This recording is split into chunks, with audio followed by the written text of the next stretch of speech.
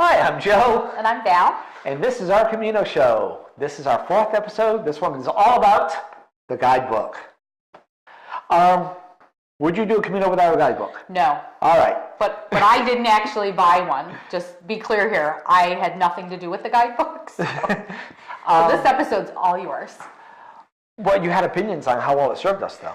So there's the number one dude in guidebooks is John Brearley. I'm not sure I'm pronouncing that name right. If you're watching John, I'm sorry. He's from Ireland, and he writes guidebooks for the Camino, and his name is John. So I've always wondered in the way of Jack from Ireland, is John Brearley? Maybe. And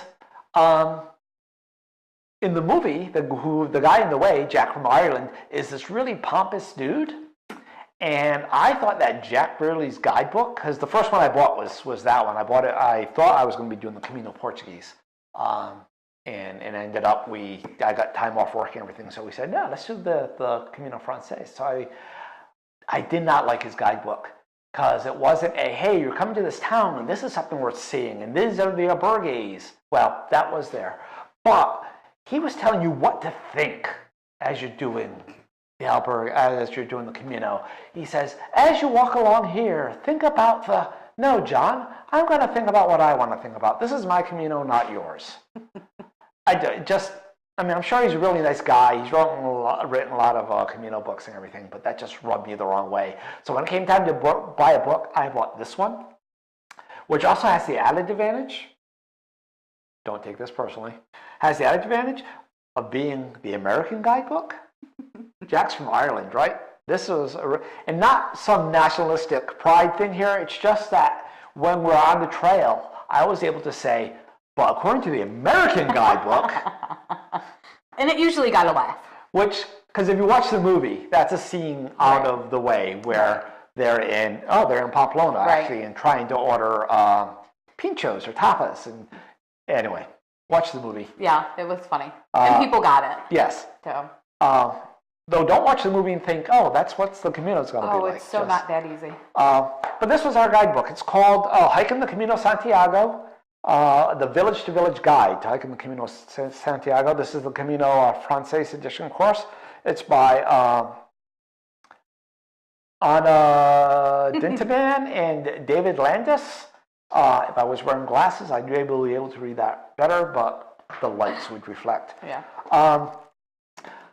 One thing I will say about Jack Brearley's guide is that they're skinnier and a little longer and easier to shove places. Fortunately, my pants were big enough that I could actually pull that into the pockets of my pants. It started out in the pocket of my backpack, but I could never reach it when I wanted it and everything. So it was a good book. I like it. It has maps. It tells you along each stage where the albergues are or some pensions. And it tells you what all the albergues have. So if they have a kitchen, if they have laundry facilities, what kind of beds they have, how many beds they have. That was a huge thing. That made a difference when we were picking places to stay. Oh. And there are places that are not listed in the book, too, that are equally as nice. So, kind of play it by ear. So, but each map has this little thing where it shows you the elevation guide for the day. Severely underestimated, by the way. Well, no, it's a little picture, and so the elevation looks little. It's not. It's very deceiving. But it tells you some of the lore along the Camino, like remember the place where we stayed at with the chickens? Oh. It tells you the legend of the chickens about. Should I ruin it for you? No, don't tell them. All right. It gives you a lot of background on whatever town you're going through, which I thought was nice. You get a little history while you're going. And there's a very important section in the very front where it says, as you're leaving St. John, you can go up over the Pyrenees or you can go around. Now, okay, so while I love your book, you didn't read that part until after we went up and over. Just saying. So, yeah, we didn't read that part. So, and there's all these signs, right? They say, in bad weather, you must go around. You can't go over from, I think, from May to whatever. Right, May when it's to September, winter, when there's a lot of snow. So we were like, it's summer. Let's go over it. And that's what they do in the movie, right? I mean, what's his name? Mount Martin Sheen. Right. Never hiked before in his life. Oh. Goes over the mountain. He barely even had any water. His backpack was no big deal. Well, and his backpack looked bigger than mine, by the way. We didn't have any water either. Well, Other than that friendly Russian guy. That was a whole other issue. We'll tell you that story at the end. So maybe before you go, you might want to read through your book a little bit, because there are some other things that, after the fact, we were like, oh, we could have went that way. So what it tells you is, because I figured, why would people go over the mountain? It must be shorter or something. No, it's actually shorter to go around the mountain, and you're not walking up and down the mountain. Now, to be honest, walking up a mountain sounds really bad, but it's not so much. Walking down the mountain. Going up the mountain, while it's hard, and it is an uphill all the way, it was beautiful, it was amazing, killed us, but it was worth it, because my daughter will say, I climbed over that mountain. I mean, it was definitely a cool thing. But going down that mountain is what killed my foot. That going down, that angle, you're just going down for hours and hours. It's brutal on your feet. If you saw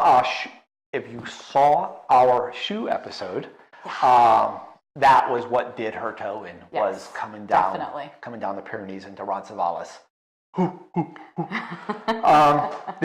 were going down, and this group of guys just came down, running down. Young guys running. And I was like, but they didn't have backpacks on. I don't think I could have ran down that with or without a backpack. So from that day forward, we made it. Actually, we made a Lauren's job to check out the guide for the day ahead. And when we got to Pamplona, the little store we went to, the little Irish guy, Lauren bought one of these while we were there, because she wanted to have her own so that she could look at stuff. And so she would have it to bring back with her, just, as a little souvenir and everything. And loved it. Loved the book. And it tells you mileage and tells you all the different towns you can go to and all the background. And I think it's really helpful. While it's nice that there are yellow arrows everywhere, the book definitely makes a difference, because sometimes the yellow arrows are really light, and in a couple places there were 2 arrows pointing in different directions.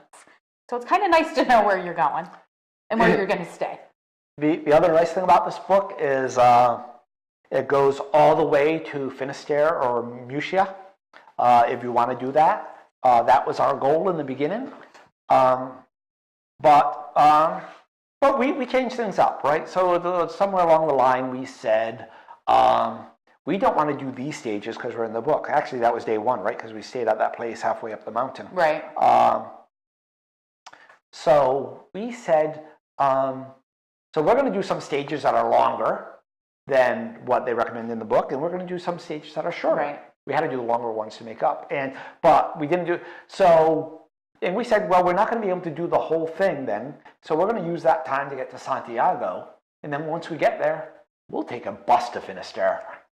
And we did. And they were really great. They were tour buses, and they were amazing, made some great stops, we got some great pictures, and we still got to see all that. But we still did complete our Camino, yeah. So I'm okay with that. Yeah. And we got a couple days to relax and enjoy Santiago before we came home. And that's what I said. It was the Camino de Santiago, not the Camino de Finisterre. So, but if that's your goal, more power to you. Absolutely. I love you. Do it.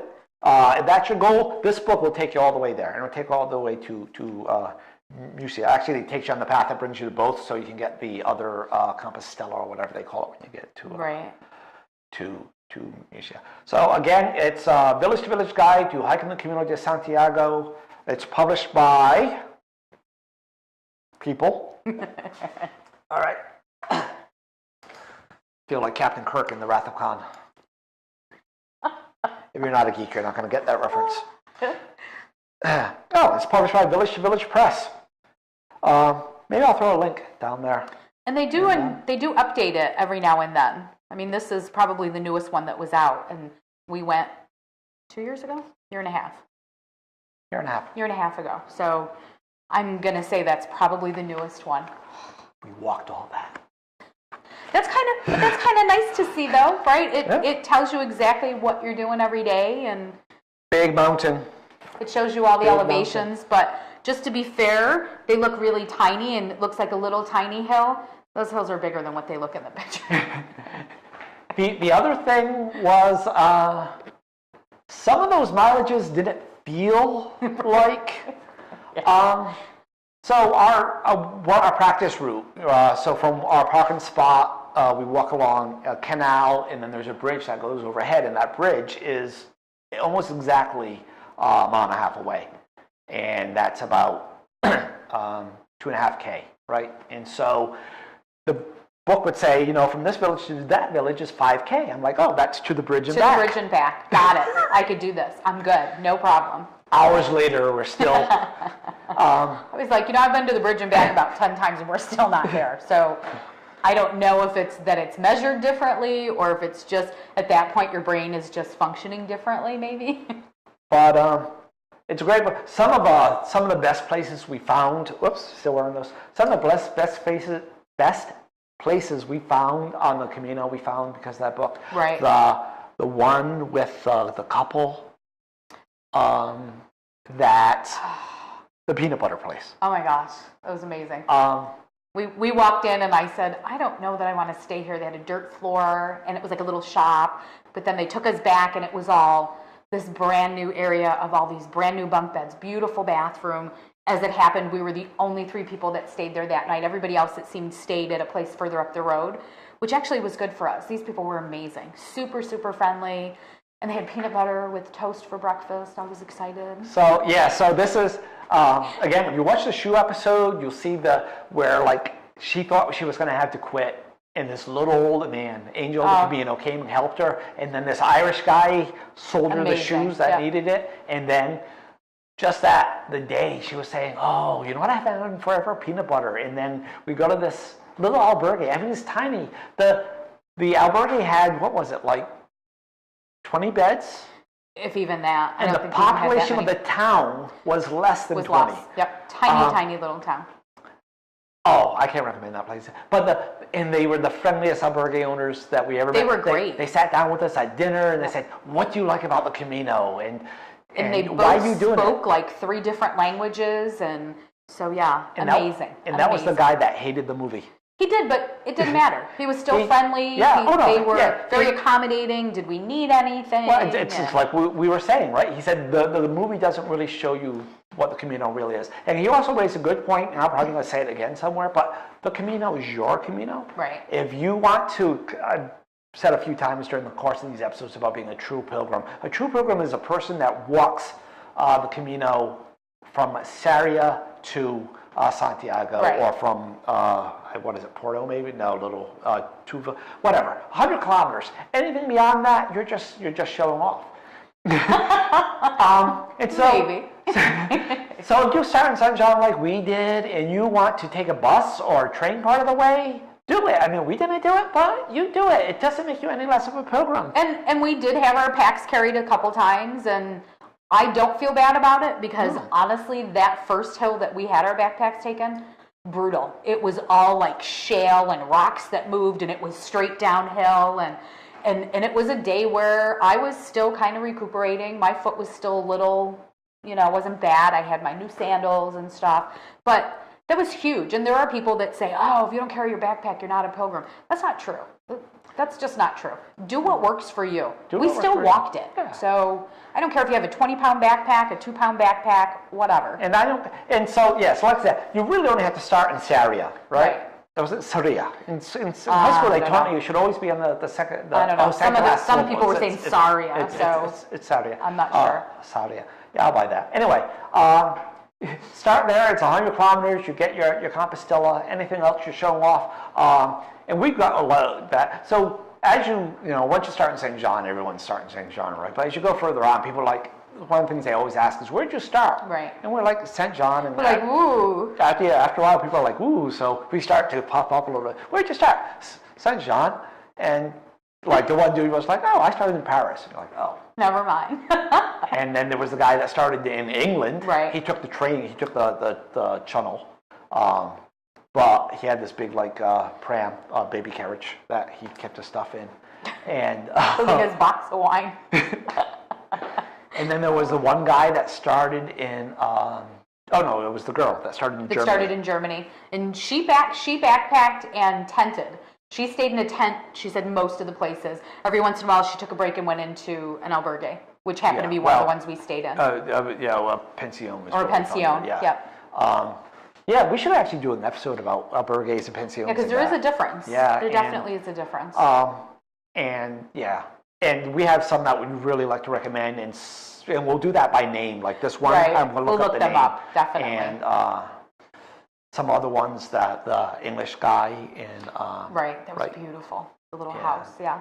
Oh, the tea and coffee place. Oh, Yeah. my favorite. Anyway, and some we didn't like so much, which we won't mention by name because no need to slam somebody. If No, we and, like. and maybe other people stayed there and Right. thought it was amazing. So we'll definitely talk about the ones that we thought were great. And we'll talk about the ones that we didn't some like. of them were in the but- guidebook, and that was why we ended up there. So the guidebook Yeah. was good for that, So- definitely. Nice way to bring it back to Right, the end. right, I Nice. thought so. That's the guidebook. I recommend it. If you like John Brearley, that's fine. If you're watching this, John, I'm sorry that I didn't like what you wrote about what to think, but I'm sure other people do. Don't take it personally. I'm nobody. Don't come looking for me when I'm in Ireland this summer. Anyway, thanks for watching. This is the guidebook episode. Next time, what will we talk about next time? Hats? Yeah, I think so. Yeah, definitely. Buffs? Hats and buffs we should do together. What one episode? Yeah. The head episode. Yes, I'll throw in glasses definitely. too. Yep. Next episode, we'll talk about heads. Okay. Thanks for watching. See you on the trail. Buen camino. Not going to say it? No. Buen camino.